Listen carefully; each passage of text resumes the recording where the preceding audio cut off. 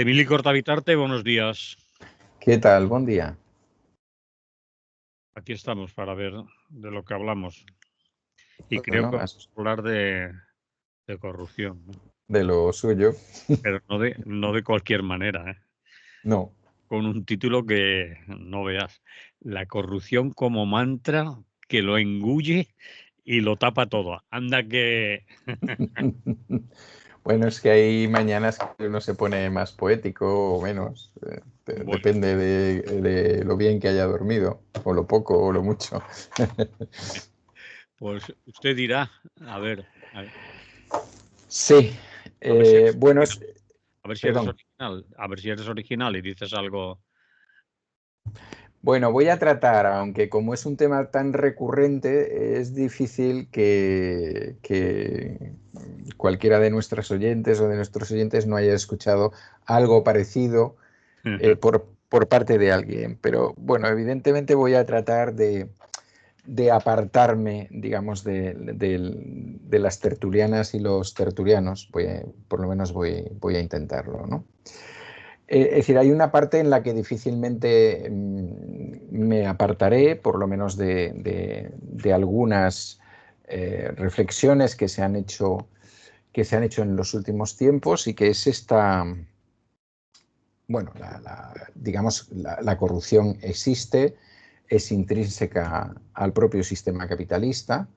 Y más que nada yo de lo que voy a hablar es de la utilización partidista de la corrupción, ¿no? De la utilización que se puede estar haciendo en estos momentos, que yo creo que estamos viendo en estos momentos, haya o no haya al final y detrás de todo eso corrupción, por parte de los partidos políticos que están en la política institucional, es decir, y en definitiva por personas que representan a esas instituciones que en otros momentos son sacrosantas, ¿no? Hay una manera de funcionar que nos podría servir para uno de los últimos supuestos casos de corrupción, ¿no? Esa manera de funcionar consiste en que vamos a llamarle un medio de comunicación, vamos a llamarle así porque está registrado como tal, generalmente no inmaterial, o sea, en el sentido de que suele ser un medio de comunicación que está en las redes, y que, bueno, apunta, digamos, un posible hecho, ¿no? O un hecho. Generalmente ese hecho o esa situación suele ser muy opaca, muy difícil de probar y basada en unos supuestos delaciones hechas por parte de unas personas o manifestaciones hechas por parte de unas personas que no aparecen con su nombre y apellidos en esa misma, vamos a llamarle, noticia.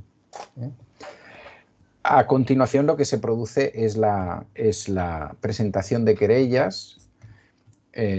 Hasta hace un tiempo parecía que eso era un tema de Manos Limpias,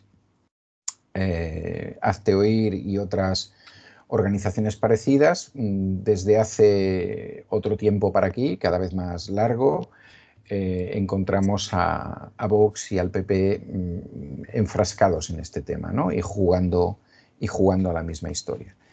Y por último necesitamos un tercer elemento. Ese tercer elemento es una parte de la judicatura que admite a trámite dicha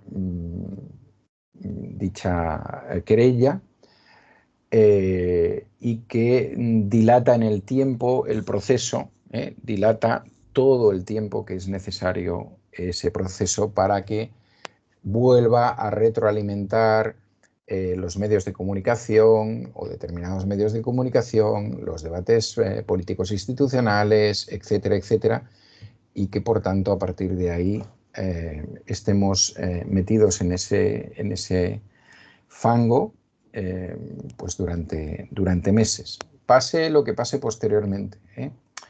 Bien, voy a poner un ejemplo reciente, ¿no? A ver. Sí, hay un diario en las redes que no recomiendo especialmente, eh, valga, valga mi Pero capacidad de persuasión. si lo vas a decir, dilo porque la gente, si no, le hacemos aún más publicidad de la que... No, el tema se llama The Objective en Vale. inglés, que sería como el objetivo. Parece ser que cuando lo inventaron se referían más bien, porque empezaron como haciendo fotoperiodismo, lo de periodismo, fotos, tipo fotocasas, o forocoches. Y luego, pues claro, si lo traduces también puede ser que sea el diario más objetivo o Eso el es. más independiente, y todas estas cosas que ya sabemos a lo que van.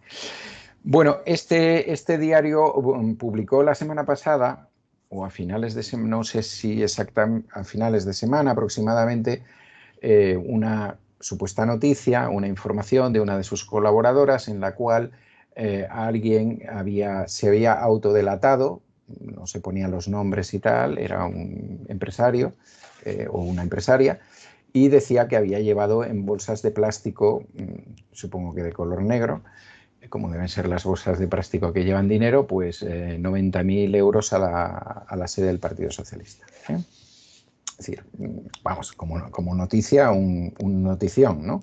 Sí. Y como imaginación, pues también muchísima, porque todos bueno, los que tenemos una edad hemos oído hablar de las bolsas de plástico del señor Muñoz en Marbella y otra serie de cosas. Y queda como muy, o sea, bueno, a ver, en definitiva, que es diferente llevar un dinero en un maletín como hacen las personas honradas que llevaron dinero en unas bolsas de plástico de basura, ¿no? Que está claro que son dos cosas absolutamente diferentes. Bien, bueno, no sé, alguien, supongo que dentro del PP, o a lo mejor todo estaba absolutamente programado, pero alguien dentro del PP que debe leer ese diario dice, aquí hay tomate, aquí hay cosita. Y el PP, ni corto ni perezoso, convoca, o sea, su presidente, el señor Feijóo, a raíz de esta noticia, convoca un comité de dirección del PP para el lunes de esta semana, no cualquier cosa, un comité de dirección a partir de esta pseudonoticia, o llámale usted como quiera, que hay ahí. Y no solamente eso, sino que pone a trabajar a su equipo jurídico de manera que presentan una querella, creo que el martes, si no voy equivocado de días, o no sé si el lunes o el martes, yo diría que el martes, en la Audiencia Nacional, en el juzgado número 5, con toda la pompa posible. Bien, a partir de ahí, pues digamos que no contentos con esto, deciden que ese miércoles, por tanto ayer, en el que de alguna manera se juzga o se hace oposición con respecto al gobierno, pues el PP ya había decidido que esta semana tocaba la corrupción. La semana pasada, si os acordáis, tocaba la inmigración, pero acabó siendo ETA, ¿no? Porque, claro, de la inmigración quedaba un poco chungo hablar y aparte habían metido la pata con el tema de la aplicación de una normativa europea con respecto a las sentencias y demás, que ya hablamos la semana pasada. Bien, y no, ni cortos ni perezosos le piden al resto de partidos políticos que van al Parlamento, pues que hablen también de eso, ¿no? Que es el tema. Claro, evidentemente solo les sigue Vox, los otros tienen otras cosas de las que hablar y otros intereses, pero bueno, ahí estamos, ¿no? A partir de ahí, si uno es un poco más soca y le da por ver alguna tertulia, bueno, yo algunas ya no las soporto, pero hay alguna, digamos, que por lo menos de 5 hay 2 que, digamos, iba a decir una expresión que no voy a decir, pero hay 2 que parece que, bueno, que tienen ideas, ¿no? Y entonces pues se encuentra pues eso con todo un entramado ya montado, con una construcción a base de suposiciones, etcétera, a lo cual pues solamente falta que el señor Feijóo en la sesión parlamentaria diga que, que Pedro Sánchez es el número uno, el uno, ¿eh? Mm. O sea, una gente que hasta ahora no tiene claro que M. Rajoy sea Mariano Rajoy, sí tiene claro que el uno, pues, ¿quién va a ser? El presidente del gobierno. Bien. Bueno, entramos en una dinámica, pues eso, graciosa, ¿no? Quiero aportar alguna cosa más. Este periódico que ahora nos explica estas cosas fue condenado en julio de 2024, es decir, este mismo año, en julio, cosa que a lo mejor no os enterasteis para nada de que existía un diario que se llamaba, o una publicación en las redes que se llamaba The Objective, pero sí, fue condenado a publicar 2 rectificaciones en su primera página, porque primero lo hicieron, pero a pesar de que sea un diario digital, pues también tienes primeras páginas y últimas páginas, lo hicieron en las últimas páginas con respecto a informaciones erróneas, qué casualidad, Erróneas. ¿no? Sí, Mm. erróneas, con respecto a Begoña Gómez. Bueno, me he dedicado a investigar cuál fue el error. ¿eh? Y resulta que, sobre todo el primero es fantástico, ¿no? Resulta que lo que hacen es publicar que Begoña Gómez, la mujer del presidente, recibió una subvención del Estado. ¿eh? Ya. Bien, luego resulta que hicieron un gran trabajo de investigación y llegaron a esa conclusión, que esa tal Begoña Gómez era esta señora, ¿no?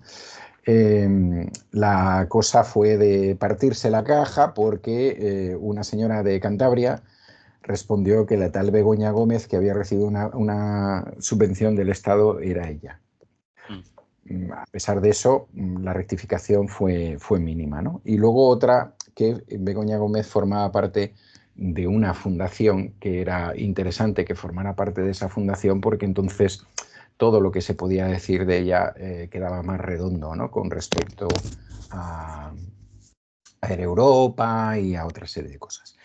Bien, quiero decir que eso es todo lo objective que es The Objective. O sea, eso nos muestra. Bueno, hay que decir que The Objective está teniendo unas aportaciones últimamente muy interesantes porque entre otros ha empezado a trabajar para ellos el gran Juan Luis Cebrián, director del País, o Félix de Azúa o Fernando Savater, como veis, pues lo mejor de la objetividad, como han demostrado en muchas ocasiones, ¿no? Bien, sigamos con el tema y sigamos con la ceremonia de la confusión, ¿no? Es decir, como supongo que sabéis, porque seguramente que visteis informativos o escuchasteis informativos ayer, pues en el Parlamento se lió con el y tú más, y entonces si tú me dices 5, yo te digo 10 de los tuyos, etcétera, etcétera. Y para más Inri, yo creo que el PP últimamente tiene un karma que se lo tendría que hacer mirar. Yo iría a alguna santera o santero o alguna cosa parecida, porque justamente cuando pretenden sacar el tema sale la sentencia de Zaplana. La otra vez pretendían hablar de la inmigración y les salta encima lo de ETA, y esta vez pues les surge lo de Zaplana, del cual evidentemente no vale la pena hablar porque es una sentencia de un caso visto hace 10 años que se produjo mucho más tiempo anterior. Y por tanto, eso es, no sé cómo hay un dicho, agua pasada no mueve el molino, o alguna cosa por el estilo, ¿no? Como ya sabemos. Bien, en una de estas tertulias que solo veo cuando desayuno, y muy selectivas, escucho a un periodista de los que sí se cree que aquí hay tomate, y que vamos, y que el caso Koldo llega hasta Ábalos, pero llega más allá y llega también al presidente y tal, y qué pruebas tienes, pues no hay ninguna, pero cómo va a ser que el presidente no sepa y todo este tipo de cosas que ya sabemos, toda esta beborrea. No estoy defendiendo al presidente del gobierno, que no sé si parece que sí, pero no es esa mi intención porque creo que no, bueno, que ya tiene suficiente capacidad para defenderse, ¿no? No le hace falta. Pero, y no le hace falta que yo le defienda, pero me topo con una intervención muy interesante cuando otros tertulianos y tertulianas le ponen en cuestión este tema, ¿vale? Pues es evidente que Ábalos en algún momento va a ser imputado o se le va a tratar de imputar. Ayer mismo Anticorrupción a la tarde ya planteaba su imputación. Evidentemente las cartas son diferentes que alguien que ha dicho, ¿no? Porque en este caso hay muchas cosas por en medio, pisos para su pareja, etcétera, muchas cosas por el estilo que no suenan nada bien y que huelen a corrupción de una manera muy clara. Pero vuelvo al periodista. El periodista dice, bueno, en esa mesa la mayoría de la gente estaba criticando la estrategia del PP, o sea, aceptaban que el PP ahora mismo es el partido en la oposición y que por tanto tiene derecho a hacer la oposición como le venga en gana y como crea más conveniente, pero que evidentemente la manera como lo estaba haciendo sin hablar de las cosas comunes que le preocupan a la gente, pues que tenía sus riesgos y que, bueno, que algunas cosas le podían salir mal y tal, ¿no? Y este señor, que le supongo bastante informado, porque fijaros lo que os voy a explicar a continuación, este señor dice, bueno, porque el PP cree que, bueno, el PP, es decir, el comité de dirección del PP, cree que si Ábalos es imputado por anticorrupción, que si el Tribunal Superior Superior de Justicia, Supremo. Supremo, perdón, sí, si el Tribunal Supremo decide también investigar al fiscal general del Estado, vaya, también ayer, y alguna otra cosa se mueve, caso Begoña, caso no sé qué, caso tal, pues bueno, ya tienen ahí la campañita hasta final de año, ¿no? Todo eso era dentro de un comentario en el cual pues se comentaba que a un relevado miembro de la comisión política, pues ayer se le escaparon unas frases cuando él creía que no le estaban grabando y que eso no se podía ir en ningún lado, y donde él decía, pues es muy posible que el PSOE pueda conseguir, o el gobierno, perdón, en este caso, pueda conseguir hacer unos presupuestos y entonces eso sí que va a ser jodido y tal, y tal, y tal, y tal. Bueno, ¿y por qué saco todo este tema? Pues primero porque a mí me parece que las conexiones están claras, son evidentes. Y segundo, porque ahí a esa conexión que he dicho hasta ahora faltaría la tercera pata que ya la estáis viendo. Es decir, me explico mejor. Es evidente que Anticorrupción llevaba mucho tiempo mirando lo que se llamaba el caso Koldo y que por tanto el tiempo o el momento de Ábalos iba a llegar, y es evidente que Ábalos estaba refugiando en el Parlamento para tener una serie de garantías y llegar hasta el Supremo, etcétera. Y por tanto esta era digamos, una fruta relativamente madura, ¿no? Pero el caso, por ejemplo, del Supremo con respecto a la investigación del fiscal general del Estado es mucho más curiosa, ¿no? Uh-huh. Es mucho más curiosa por lo que hay detrás, que no sé si quieres lo explico de alguna manera, así rápido. Sí, mínimamente, porque algunos quizás no Supongo que lo sabéis, ¿no? Es decir, el tema es cuando se descubre o aparece en alguna prensa, no de esta tan así, como la que hemos hablado antes, el tema de la pareja de la señora Ayuso, ¿no? Y rápidamente la señora Ayuso ante la prensa y ante su propio Parlamento dice que eso no es así, que a su pareja no le han encontrado y que es más que su pareja, en realidad el Ministerio de Hacienda le va a tener que devolver dinero porque le quiere empurar por una cosa que no es, ¿no? De eso se hacen eco The Objective y otros The Objectives que hay por Madrid, sobre todo, pero también por otros lados, y empiezan a salir notas al respecto. Ante eso, los fiscales que estaban llevando el caso le piden al fiscal general del Estado que qué hacen, porque saben a ciencia cierta que ha sido este buen señor llamado Álvaro García Ortiz el que ha reconocido que le debe unos dineros, unos cuantos cientos de miles, más de 90.000. Se reconoce más o menos culpable Se y que reconoce culpable, y que exactamente, y pide árnica, ¿no? Y pide llegar a un acuerdo. Pide llegar a un acuerdo, correcto. Exactamente. Ante esa situación y el Cristo que se está montando, la Fiscalía decide sacar una nota de prensa en la cual dice pues, que no es cierto que la Fiscalía o que Hacienda esté ofreciendo un acuerdo, sino que es la persona la que pidió la Hacienda. Bueno, eso permite a este señor y a sus abogados presentar una querella por revelaciones de secretos del sumario. Es decir, que estamos ante la tesitura es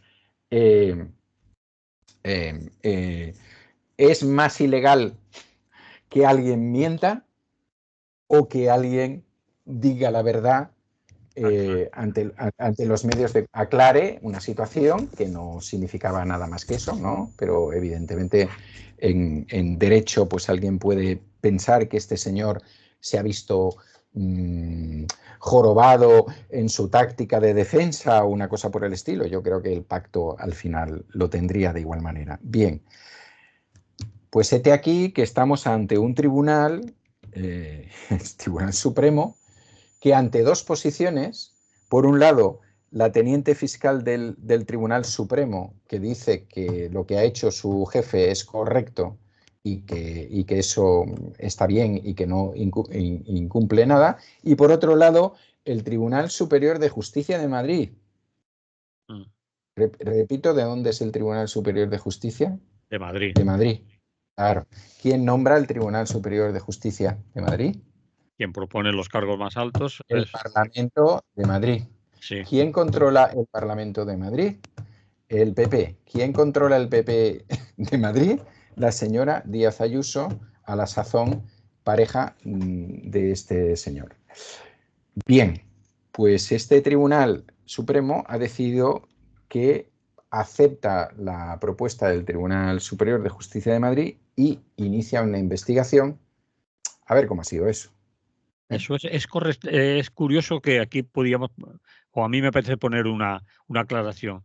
Inicia una investigación. Lo que pasa es que a los medios les gusta mucho más el palabra imputación, que no les gusta nada eso de investigar porque eso es muy ambiguo. Bueno, investigar no es grave, pero imputar ya es más jodido y suena mucho más, ¿no? Es correcto eso, ¿no? Suena, efectivamente, suena que te van a empurar. Sí, aunque solo sea que te van a investigar. Claro, todo eso, además, para que nuestros oyentes se hagan una idea, el señor Miguel Ángel Rodríguez, a la sazón asesor principal de la señora Díaz Ayuso, dijo hace unos días o unas semanas, el fiscal general va a ir pa'lante, con esa expresión, pa'lante, chulesca. ¿A que no sabéis uno de los tweets que ha hecho ayer la señora Díaz Ayuso? Pa'lante. Pa'lante. Si es que ella es muy, muy cortita de eso, igual dice me gusta la fruta que dice pa'lante. Es decir, absolutamente contenta de que este señor, según su lenguaje, que no quiere decir que eso vaya a pasar, vaya pa'lante. Y pongo un último ejemplo ya porque se nos acaba el tiempo. Hace meses, exactamente junio de este año, junio de 2024, cuando voy buscando noticias y cosas por el estilo, me encontré, para luego hacer este programa y tal, me encontré con un titular del diario El País que decía lo siguiente: el Tribunal Superior, no, perdón, el Tribunal Supremo, que siempre lo llamo mal, es decir, este mismo tribunal que ahora se ha dado prisa para tal, el Tribunal Supremo tiene congelada desde abril de 2024, la sentencia por la caja B del PP debido a que se está en periodo de elecciones y no quiere influir sobre el periodo electoral. Bueno, puedo hacer los comentarios yo o los podéis hacer desde vuestras casas, el coche o de donde me estéis escuchando. Que yo sepa, ahora mismo no estamos en proceso electoral, los procesos electorales han acabado todos y parece que tenemos una sentencia sobre la caja, porque yo no he ido buscando, he buscado porque digo, a lo mejor ahora te estás flipando, Emily, que esto a lo mejor ya ha salido hace 2 semanas y tú no te has enterado. Seguro que me hubiera enterado porque es suficientemente importante, ¿no? Y lo he estado buscando y he seguido buscando, sentencia del Tribunal Supremo, tal, y la única noticia que sale o la que va saliendo continuamente es la del País de junio de 2024. Y como nuestras oyentes y nuestros oyentes son muy inteligentes, pues lo vamos a dejar aquí, ¿no? ¿Te parece? Me parece. Le ponemos música para que suene mejor. Sí, le ponemos música, efectivamente.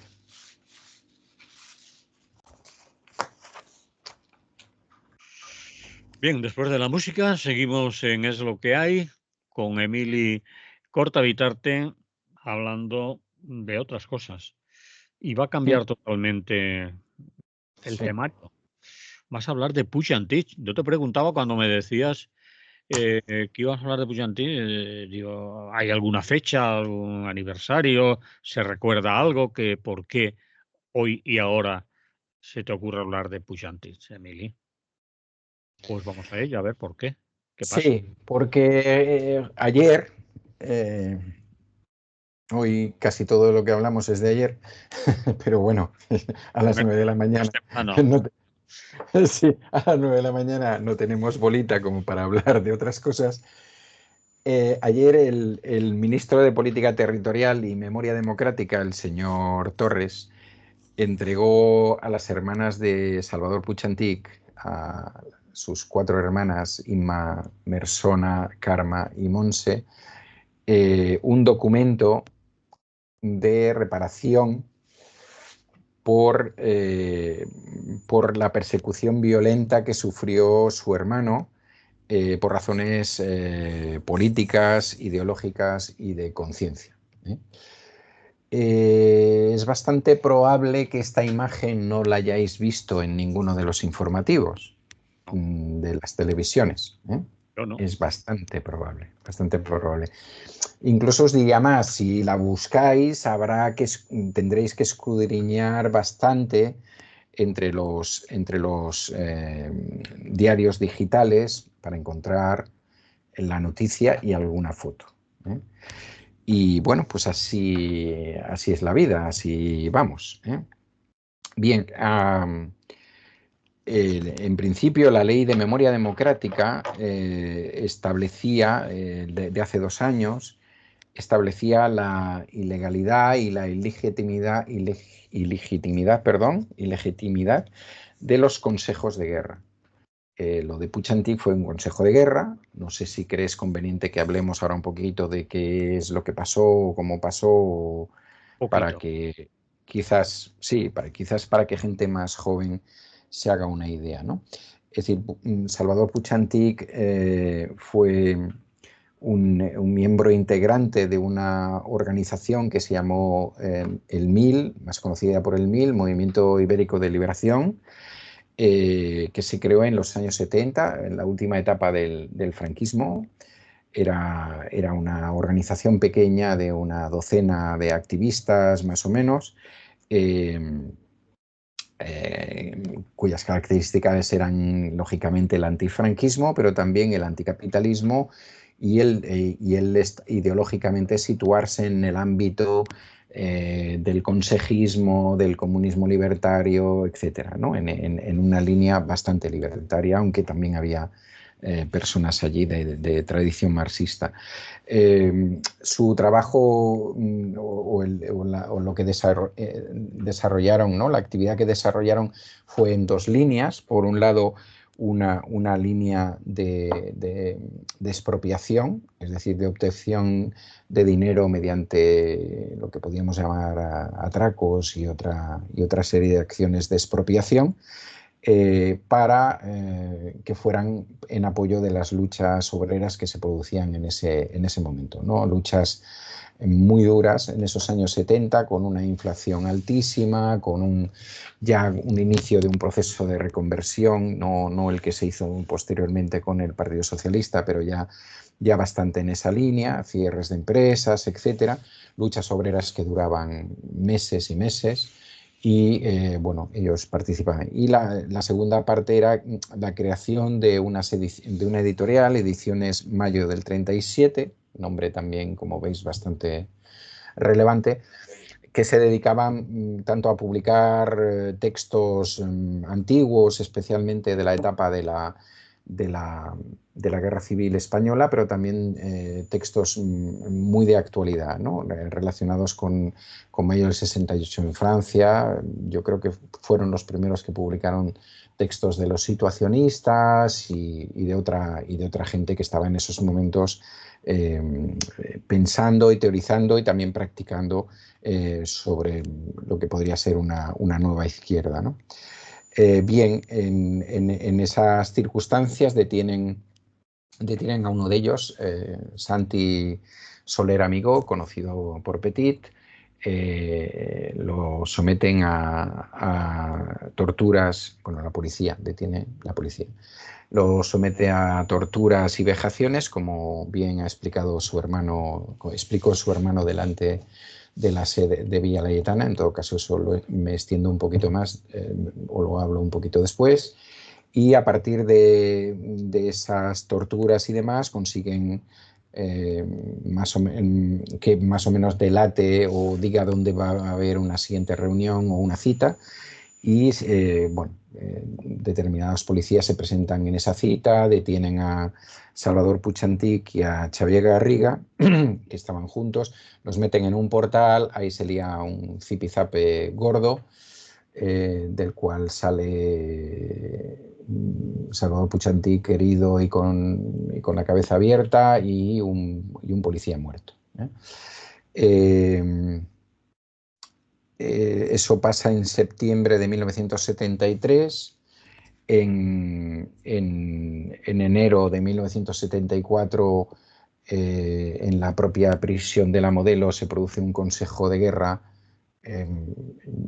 Evidentemente, no, como podéis imaginar, no había nada militar ahí. Es decir, Salvador Puig no era un militar, pero el franquismo sometía a consejos de guerra a todas aquellas personas de oposición que consideraba que debía hacerlo, ¿no? O que por su relevancia o lo que sea, pues debía hacerlo. Ese consejo de guerra le condena a muerte y poco después, el 2 de marzo de 1974, fue ajusticiado por Garrote Vil en la propia cárcel Modelo, donde todavía esperamos que en algún momento haya algo que lo recuerde, más que una nota que ponemos determinada gente de vez en cuando vemos que la anterior alguien la ha quitado, ¿no? Su acusación es que él había matado, en concreto había matado al policía. Deciros que, volviendo al acto, pues que las hermanas de Puig, que llevaban mucho tiempo, ellas dijeron en el acto que hace 50 años, y es así, hace 50 años que luchamos por la dignidad de nuestro hermano. Bueno, recogieron ese documento de reparación, aunque yo sé que no se dan por absolutamente reparadas, porque no se trata únicamente de que un ministro haga ese documento de reparación, sino de muchas otras cosas. y deciros al respecto, pues que al respecto de cuáles fueron los argumentos para condenarle, bueno, pues él fue cogido como chivo expiatorio. Lo digo porque no existen las pruebas, ¿no? O no se utilizaron esas pruebas, ¿no? De hecho, en el mes de marzo de 2024 de este año se hizo un acto en su honor que se llamó Puig-Antich, el compromiso vigente, 1974-2024, en la Modela de Barcelona, y entre otros actos intervino pues su abogado, Francesc Caminal. Francesc Caminal ya lo defendió de esta manera, está absolutamente seguro de que además la policía cerró las puertas de ese portal de la calle Girona 70, y lo que pasó ahí dentro pues podría tener varias explicaciones, pero tuvo únicamente la explicación policial, ¿no? Al respecto, él dice que nunca les dejaron acceder a las vainas, las balas y las pistolas, que estas quedaron en custodia de la brigada policial o político-social que ejercía en la Vía Layetana, en el número 43 de la Vía Layetana, donde todavía se siguen haciendo concentraciones para convertir ese espacio, que fue un espacio de terror, en el sentido de que fue un espacio de torturas y de palizas, etcétera, de todo tipo, torturas psicológicas y demás, pues en un centro precisamente en un centro de memoria, en un centro de denuncia, ¿no?, de esa tortura.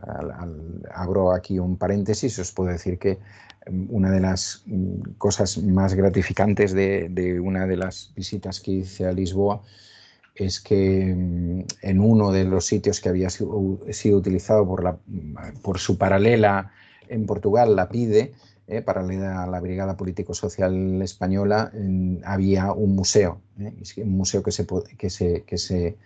tenía las 4 plantas que tenía ese edificio siniestro, y en cada una de ellas pues encontrabas desde las gentes que habían pasado por allí agrupadas por sectores ideológicos, etcétera, etcétera, y para quedar ese símbolo de la tortura, no únicamente el reconocimiento, pues había una última planta, la de arriba, en la que cuando entrabas, o sea, era una planta donde se mantenían las celdas, y donde cuando entrabas oías cada un cierto tiempo un teléfono, ¿no? Un ring de un teléfono.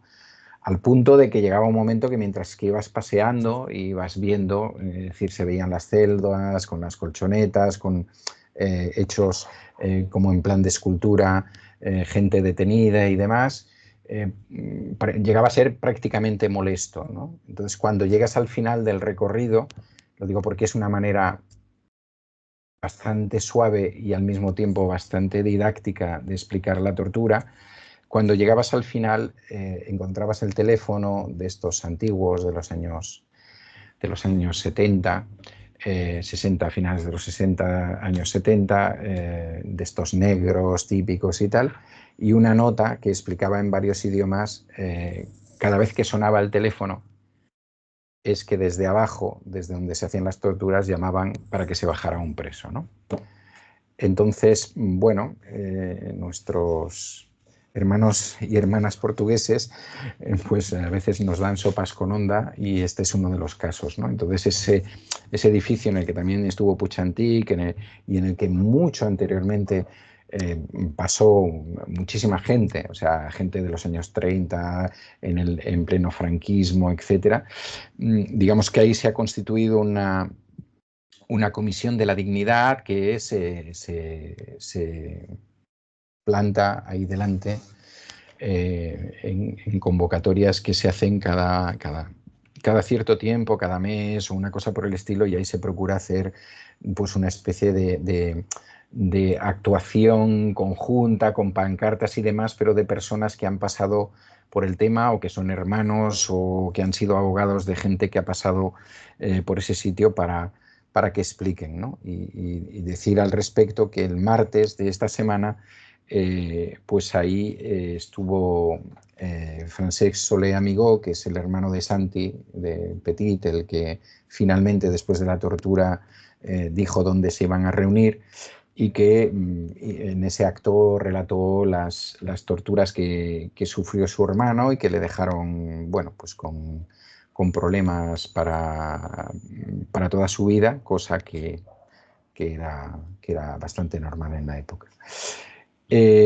Volviendo al abogado, el Francesc Caminal, en el acto de marzo de 2024, también para que os hagáis una idea de por qué es necesaria la reparación a esta gente, él explicó eso, ¿no? Que él, aparte de que las pistolas y tal, las vainas, las balas quedaron a recaudo de la Brigada Político-Social, y él, cuando intervino en el Consejo de Guerra, no pudo verlas en ningún momento, ni tuvo la posibilidad de que técnicos cercanos pudieran acceder a ellas y demás. Eso Pues explica, Emili, podríamos ahí poner un paréntesis, porque hay gente que ha mantenido que nadie ha podido demostrar que las balas, los tiros que mataron al policía fueran disparados por la pistola de Puig sí. Antich, sino que podían haber sido causados por el guirigay, el follón que Sí, se la monta. refriega que se monta ahí. Sí, Y da, sí, y da toda la idea de sospechar que sí, sino para qué voy a esconder y no tener acceso a las armas, porque si está claro que fue una pistola, pues con enseñar las pruebas balísticas estaba claro, claro. ¿no? Y que además fue esa pistola, porque Xavier Garriga y Salvador Puig Antich iban con pistolas que no eran exactamente las mismas que utilizaba la policía, y que por tanto no utilizaban el mismo tipo de balas. Y bueno, era relativamente fácil comprobar que las balas que habían herido de muerte al policía tenían necesariamente que salir de las armas, del tipo de pistola que llevaban los dos miembros del MIL, y no del tipo de pistola que llevaba la policía, que, como digo, eran pistolas diferentes, ¿no?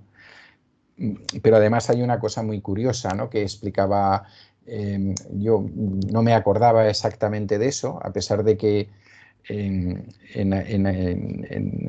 el grupo de personas con el que yo empecé a militar después de la edad, o en paralelo a la edad universitaria, había empezado antes en Estudiantes Libertarios de Cataluña, decidimos llamarle precisamente Movimiento 2 de Marzo a partir de lo que pasó con Puig Antich, ¿no? Y que siempre, pues, me ha interesado el tema, y bueno, y he leído al respecto, etcétera. Además, tú, que para la gente que no lo sepa, eres historiador y profesor de historia Sí. de formación, es decir, que te va en ello la cosa, ¿no?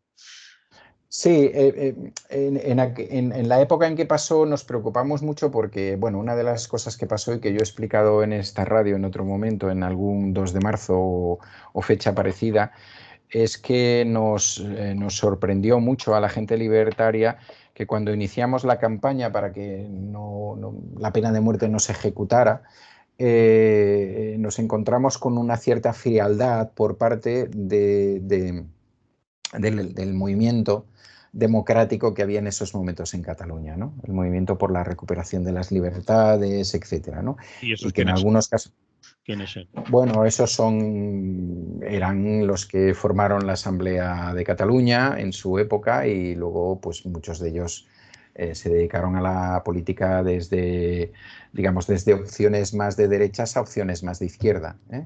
En ese momento, en la Asamblea de Cataluña, pues, estaba el PSUC, estaba Comisiones Obreras, estaba lo que luego fue Convergencia y Unió, bueno, Convergencia por un lado, Unió por la otra, etcétera.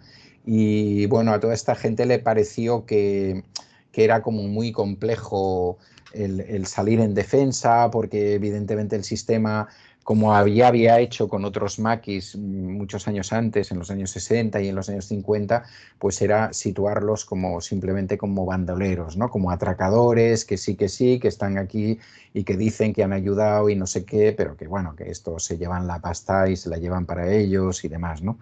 Y todo eso costó mucho, no digo que que fuera por eso, aunque eso no ayudó, por lo que Franco decidió mantener la pena, porque acordaros que en esta última etapa hay varias penas de muerte, no únicamente la de Puig Antich, fue el último ya, los últimos, digamos, coletazos, ¿no? del franquismo más sangriento. Pero a lo que iba es muy interesante porque yo bueno, explicaba con eso que nos habíamos interesado por el tema, que habíamos tratado de tener el máximo de información, etcétera, para esas reuniones que teníamos con otra gente en la universidad y fuera de la universidad para intentar convencerles de que había que hacer una campaña, ¿no? De hecho, debo de decir que incluso reaccionó mejor el Vaticano, ¿no? Con el que yo no me entrevisté, por supuesto, con nadie del Vaticano, pero sé que hubo gente que lo hizo y reaccionó bastante mejor. A lo que iba, el Francesc Caminal, en marzo de este año, cuando estuve en los actos, relató una cosa que yo a lo mejor sabía en ese momento, pero que no me acordaba, ¿no? Y era que se aceptó como informe del forense el siguiente texto que paso a leeros, ¿no? El cuerpo del policía tenía 3 impactos de bala que podrían pertenecer a un solo proyectil. A ver, solo Sí, proyectil. lo repito. El cuerpo del policía tenía, el policía con su apellido y nombre, no hace falta, tenía 3 impactos de bala que podrían pertenecer a un solo proyectil. Un No lo poco entiendo. complicado, ¿no? Sí. Sí, claro, porque en principio es un poco complicado que tengas 3 orificios, entradas, salidas, son 2 en última instancia, pero además dice impactos, no orificios, sino impactos. Y luego que podían ser de un único proyectil. Bueno, es una cosa, no sé, no soy experto en balística, no sé si pueden rebotar contra la pared y volver y cuántas veces rebotan y vuelven en un espacio de una portería del Eixample de Barcelona, que suelen ser espacios relativamente, o de un zaguán, ¿no? Que suelen ser espacios bastante grandes. Es decir, que hubo todas estas en deficiencias, o llamarle como queráis, en el caso, pues que han llevado a que definitivamente, o sea, lo que mal empieza, pues acaba peor, ¿no? Porque una revisión actual de ese juicio pues llevaría a que no se han utilizado las pruebas que eran necesarias, no se han hecho las pruebas balísticas, no se ha permitido la defensa, etcétera, etcétera, ¿no? Y bueno, ante eso estamos.